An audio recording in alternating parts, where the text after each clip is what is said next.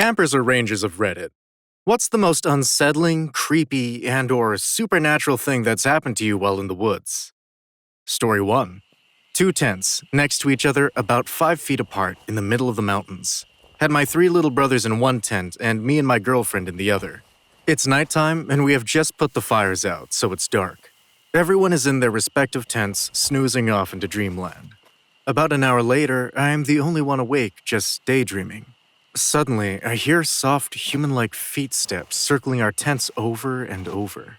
Confused, I ask who's there, with no response, but continued footsteps, so I stepped outside. No one. Footsteps stop. I go back into my tent. Footsteps start again. I make my presence known and go back out. No one. Footsteps stop. Of course, I check on my brothers, but they are asleep and sound. I repeat the same process about 4 or 5 more times, believe it or not, lol. Footsteps always stopped. Ended up just going to sleep in the footsteps and not giving crap. When morning came, I asked my brothers how they slept, and they responded with, "Fine, except for you walking loudly all around the goddamn campsite all night." Story 2. I'm not convinced there is an afterlife, or such a thing as ghosts or demons. But I once saw something in the woods that felt so unnatural it made me second-guess how I see the world. I was hiking up a hillside, thick with trees, in the middle of the night during a long weekend. Some friends and I decided we would hike to the top of the hill and light off some fireworks. Approaching the hill and surrounding the base of this hill was a rolling grass valley. It was around midnight, full moon plus light mist, straight out of a horror movie. The strange part was I wasn't nervous or scared or anything. I was having a great night with my buddies. I didn't have any of my defenses up. My buddies and I just hiked in a straight line through the rolling grass valley approaching the hill, when something caught my eye. On my right, I saw a tall, shadowy figure standing perfectly upright on top of a small grassy hill. It was standing right there next to a large dead tree. I couldn't make out any details. Both the tree and the tall figure were silhouetted under the moonlight. The strange part was seeing this figure didn't scare me. I didn't immediately sense any threat. I almost assumed it might have just been another hiker or somebody having a smoke. I passively turned my flashlight on it, and that's when it happened. In an instant, as my light hit that spot where this figure was standing, it instantly moved just outside of the range of my flashlight. Like it teleported or something. But just as vividly as I saw it standing in its initial spot, as my light hit that spot and the figure moved, I could see it standing just outside the range of my light. My breath paused. In an instant, a wave of dread washed over me. Something felt 100% unnatural about what just happened. As a reflex, I moved my light to the new spot where the figure was, and as my light passed, it disappeared. I've never passed out in my entire life. Not from heat, not from getting knocked out. Never. But at that moment, I felt my knees give away from under me, and I just fell to the ground. My friends turned and looked at me, trying to pick myself up, and my knees were too wobbly to stand. They helped me, and I tried explaining to them what I experienced. I'm willing to bet it was all just light/shadows playing games with my eyes, but I'll never be able to explain the sensation I felt. A feeling like I had just seen something I shouldn't have seen. Something so unnatural that my body's instinctual reaction to it was to go limp. Story 3. I used to spend a lot of time solo camping in and around the Indian Peaks wilderness in Colorado, and experienced some weird stuff. Nothing that was outright supernatural, but just unsettling. I love those woods, but they give me the creeps. Here are some notable examples from 4 to 5 trips up there in all seasons. 1. After thinking that a particular area under a tree and against a rock looked like a great place to set up for the night, I found a shredded sleeping bag and old, must have been 20 years or more, camp supplies. Found a lot of bones around the site too, ribs and vertebrae. Probably elk, but maybe not. I camped elsewhere. 2. Found a deer skull out in the middle of a recently frozen-over lake/pond. Major snow the night before, and the skull was sitting on top of the fresh powder, with no tracks anywhere I could see, and no other bones. 3. Woke up to a squirrel literally nailed to a tree outside my shelter. I had made camp late and tired and in dying light, so I might not have noticed it the night before, but I think I would have, which means it happened sometime while I was asleep. I have more if anyone cares. I love it up there. especially into the national park off-season, and the remoteness of the area is why I go. But it means that when weird things happen, they're that much weirder. A lot of the creepiness and happenings in the area are blamed on the so-called rainbow people. Not the rainbow family, they're fine. According to local legend, they're a group of vagrant hippies who started a simple living cult in the 70s to 80s, went up into the woods and just never left. More colorful tellings say that years of isolation and hippie philosophizing warped their minds. The police in small mountain towns like Nederland and Ward acknowledge the existence of small groups of people who may or may not be these folks, and warn that they should be considered dangerous. Apparently, they wander around breaking into remote cabins for food/supplies and taking any drug they can manage to get their hands on. A close friend has a pretty creepy story about an encounter with a rainbow person. He was living in his father's house, a cabin off the grid near Nederland. No running water, plumbing, heat, electricity. Where he had a room on the ground floor with a bed directly underneath a large glass sliding door that directly faced thick woods. One night, he was woken up by the sound of something tapping at the glass. He checked his watch and it was around midnight. Half asleep, he blamed it on the wind and, without looking, rolled over to go back to sleep. Later, he woke up again. The watch says it's about an hour later, to the same tapping. He realizes something. There is no wind tonight, and the trees are still. Suddenly awake, he grabs the handgun by his bed. Mountain kids, am I right? Sits up and turns to look. There, not 5 feet from him on the other side of the glass, is a frail, hairy, dirty, ghastly man with tattered clothing and bloodshot eyes, staring right at him. At the sight of the gun, this guy scampers back into the woods, but apparently he had been standing there tapping and staring for an hour or more. We used to go into the woods and party during our high school years, since nobody would bother us and it was easier than staying in town. More than once, we'd be discussing the night the morning after and realize that in a group of 30 to 50 kids, there were 2 or 3 people who nobody knew. They showed up out of nowhere, talked with people, got high, and then seemed to vanish. Not hard to get away when everyone is drunk and stoned out of their minds, but unsettling. Once, one of them gave my friends a necklace made of a piece of, allegedly, wolf jaw, and told her to wear it in the woods so the spirits didn't hunt her. She didn't realize nobody knew the person until days later. Story 4. Just a few weeks ago, we made our way to a very remote valley that is very difficult to access. Think walking on 1-inch ledges, dropping into narrow crevasses, etc. The valley ends in a sharp drop with a waterfall that is about 100 feet high. We were almost at the drop when we heard a whistle. It sounded a lot like a hiking whistle, but we only met one group of people the entire day, and they had stopped way before we did as they thought the mountain slope was not passable. According to our calculations, that group should have long left and headed back to the base camp, so it made no sense. Then we heard another whistle. We yelled hello, and immediately we heard a whistle back. The whistle was coming up from the thick trees on the very steep slope of the mountains encircling the valley. The slope was about 75 to 80 degrees. The only way we could make it up there would be if we were pulling ourselves up by tree branches and roots because it was so steep. Just as we were debating whether the whistle was indeed a hiker's whistle, a helicopter suddenly rose from behind the waterfall. It rose right above us, then turned around and flew away. It was an unmarked helicopter, and the nearest airfield is about 100 miles away. We figured they had to have a search mission out for someone, so that must have been a hiker's whistle. However, it was strange that the person would whistle repeatedly but never yell back. We yelled again. The whistle recurred. Suddenly, we heard the helicopter rotor again. Not 3 to 4 minutes later, we saw the helicopter rise above the valley again, hover for about 30 seconds, then fly away over the mountain. We went ahead and crossed the creek to climb the mountain slope. We scrambled up, grabbing onto roots and branches. The whistling ceased. We yelled a few times and got no response. It took us 4 hours to make our way out of there after. The bushes were so thick that at times we walked on branches above the ground and I could not see my hand in front of me. I still have no idea who was whistling. It was a very mechanical whistle. I've been out in the wilderness quite a few times and have never heard a bird whistle that was anywhere close to that.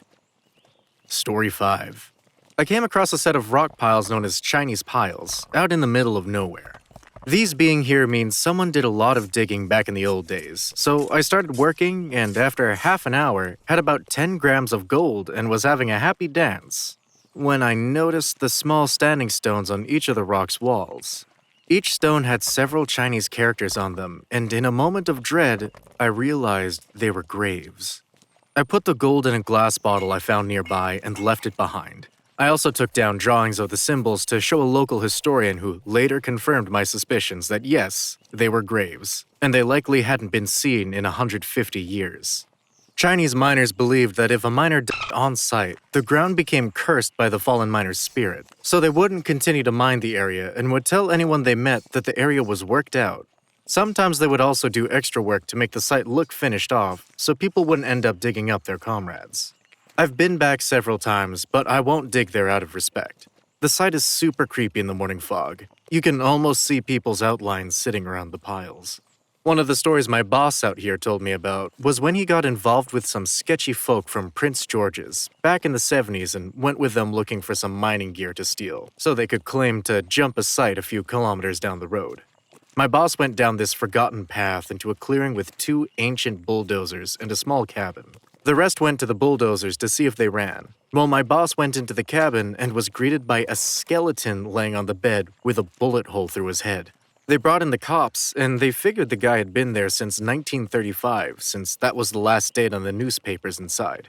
I went to the same cabin with him a few weeks back and found the place had been burned down. Story 6. I found Ghost Dog. That prompted me into a supernatural hillbilly baptism where I didn't find God, but might as well have. Then Ghost Dog vanishes. I'll have a go at the supernatural aspect of this question. This was maybe 7 to 8 years ago when I was 20 and in a really bad way. I've been messing up my life via heroin for the past year, but after lots of help/love/luck from friends and family, finally was getting my head cleared. Almost there, above the black tar hell I got myself into.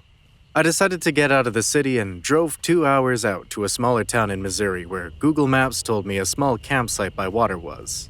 I knew there shouldn't be very many campers because it had just gotten cold, about 40 or so at night. Nearly there, as I'm driving down a misty morning road, just a picturesque straight 2-lane highway, there's this object laying in the road about half a mile up. I slow my approach and see it's this shaggy mutt just hanging out. I stopped and rolled down my window right next to it. She came up, licked my hand, and wagged her tail a bit. She seemed to expect something of me. She had no tag, no tattoo for the chip, I later checked, and just a dog with no name. Naturally, I popped open the passenger side door for her and she was glad to hop in. So now I got this dirty but friendly companion for my little excursion. The dog with no name. The entrance to the campsite was only a half-mile further, and as I suspected, there was no one around. I just dropped a 5 in the honor box and picked the site closest to the stream. I set up my tent, the same one I'd set up for years with my dad as a kid, collected some dry sticks, not hard to do this time of year, and started a fire. The dog with no name just circled the campsite, looking content enough to sniff some leaves and roll around in the mud. I went to check out the river. About 30 feet wide, it had a man-made stone dam you could walk across. To the west was the deeper part of the river, sort of pooling at the dam. Then maybe an 8-foot drop to the east into calmer streams. Instantly, I wanted to go on. Cleanse myself, symbolize, baptize, whatever. I grew up Catholic, so that kind of stuff runs through my head to this day, though I'm far from religious. The dog sees me scoping it out the whole time from the campsite. I can't bring myself to do it, though. I'm hugely disappointed in myself, but it's cold, it's brackish, and I don't have a towel. So I go back up to smoke cigarettes, eat hot dogs, and pet the dog with no name. Night falls quickly after all this meditation, and I roll inside the tent to sleep. My buddy sleeps inside the tent next to the sleeping bag. This dog was freaking awesome, if you couldn't tell that yet. I wake up for no reason I can put my finger on, and my main source of warmth, dog with no name, is missing. I slide out of the tent. I guess I left it unzipped? And there she is, just sitting, waiting for me in pitch black, wagging her tail. I feel very strange, like something is happening here, and someone/thing is telling me to get back down to the river and do the damn thing. We walk down the short trail together, surrounded by Missouri black. It's even colder than before, but I start to strip anyway. standing on the chilly stones of the dam. The dog with no name sits on the edge of the river again, just watching me, a slight wag. I'm now stark naked as can be, staring into this black pool that looks like some supernatural ink. I should mention here that I hate swimming in water. I can't see the bottom of it. My fearful imagination takes over and I freak out. In other words, I stand naked on the dam for over 10 minutes before I finally muster up the balls, albeit shriveled and tiny balls, to say screw it and dive into the blackness. It was cold as hell, it was scary as hell. When I came up for air, I was thrashing wildly back towards the dam, scrambling back onto the slick stones. I shook out my hair and was surprised at how the adrenaline helped me in keeping warm. As I pick up my clothes and shoes, I look over for my buddy at the river's edge. The dog with no name is nowhere in sight. Back up at the campsite, I'm looking around, gently whistling, that kind of thing. I'm more than woken up now, so I go ahead and start another fire. Dawn is just starting to break. I have another hot dog for breakfast and figure I might as well just pack it up and leave. This trip feels more than complete. As I start my car up and check my phone, there's an hour time difference between the two. This happened to fall on daylight savings time. I'm not calling it a supernatural rip in time, but it is funny that the night this went down, in fact, the exact time would be around 3 to 4 a.m. when the dog disappeared. So the dog never showed up again, and I never shot up heroin again. Story 7. I had sleep paralysis while camping and thought I was hallucinating a wild animal trying to get in my tent. It turned out it was real, and it was an enormous bear. Camping with family/friends up in the mountains. Sharing a tent with my brother, call him Luke, and another friend, call him Evan. Luke, Evan, and I weren't tired when everyone retreated to their tents for the night, but the fire was dimming out and we were bored, so we went inside our tent to watch Adventure Time on my laptop till it died. We all passed out after a few episodes, and I woke up sometime during the night into an episode of sleep paralysis. I have weird sleep habits and experience sleep paralysis every few months or so. For those who haven't had it, basically you're awake but you cannot move, and sometimes experience auditory and visual hallucinations. I was aware of this, so I didn't have a full-on heart attack when I started hearing shuffling noises outside my tent, which continued and got louder and closer until the fabric of the tent itself was being touched by something. My computer hadn't yet died, so I could see my surroundings in the dim light of the screen. I watched the fabric compress as something pushed against it sporadically, about 4 feet off the ground, then moved around the tent towards me. I watched 3 distinct impressions follow this creature around the side of the tent. It looked like a claw. I was terrified and filled with adrenaline, but another part of me remained calm, assuring my body it was all a dream. I couldn't do anything anyway, so my fear was pointless. But as I continued to observe it, my sleep paralysis began to fade and I realized I could move. No longer so convinced I was dreaming, I reached over and shoved Luke awake. I tried to get him to look and see if there was really something there, but I must have sounded like I was sleep-talking because he just rolled over and went back to sleep, waving me off. Eventually, the wrestling stopped and I was tired and groggy enough that I quickly fell back asleep. In the morning, I'd completely forgotten about it. That is, until my brother-in-law, who was in the other tent, call him Dean, said to us, "It's a good thing we put the dog in the car last night. There was a bear here while we were sleeping." Dean pointed out the tree where we'd strung up our trash so animals wouldn't get into it, and the fresh, gaping claw marks about 9 feet up the trunk. It hit me like a truck. I had seen the bear and calmly watched it test the fabric of my tent 12 inches from my face. Story 8. On a road trip with a friend, we hiked into a trail in Colorado one evening to camp so we wouldn't have to pay for a campsite. Found a little clearing by a stream and my friend set up a tent while I decided to sleep under the stars. Right as we were getting ready to go to sleep, another woman showed up and pitched her tent in the clearing as well. I hadn't been feeling well that day, plus we had the hike in with all our stuff, so when I slept hard. Woke up to a ranger shaking me and asking if I saw where the bear went. Bear? What bear? Then I look up and see the woman's tent just shredded.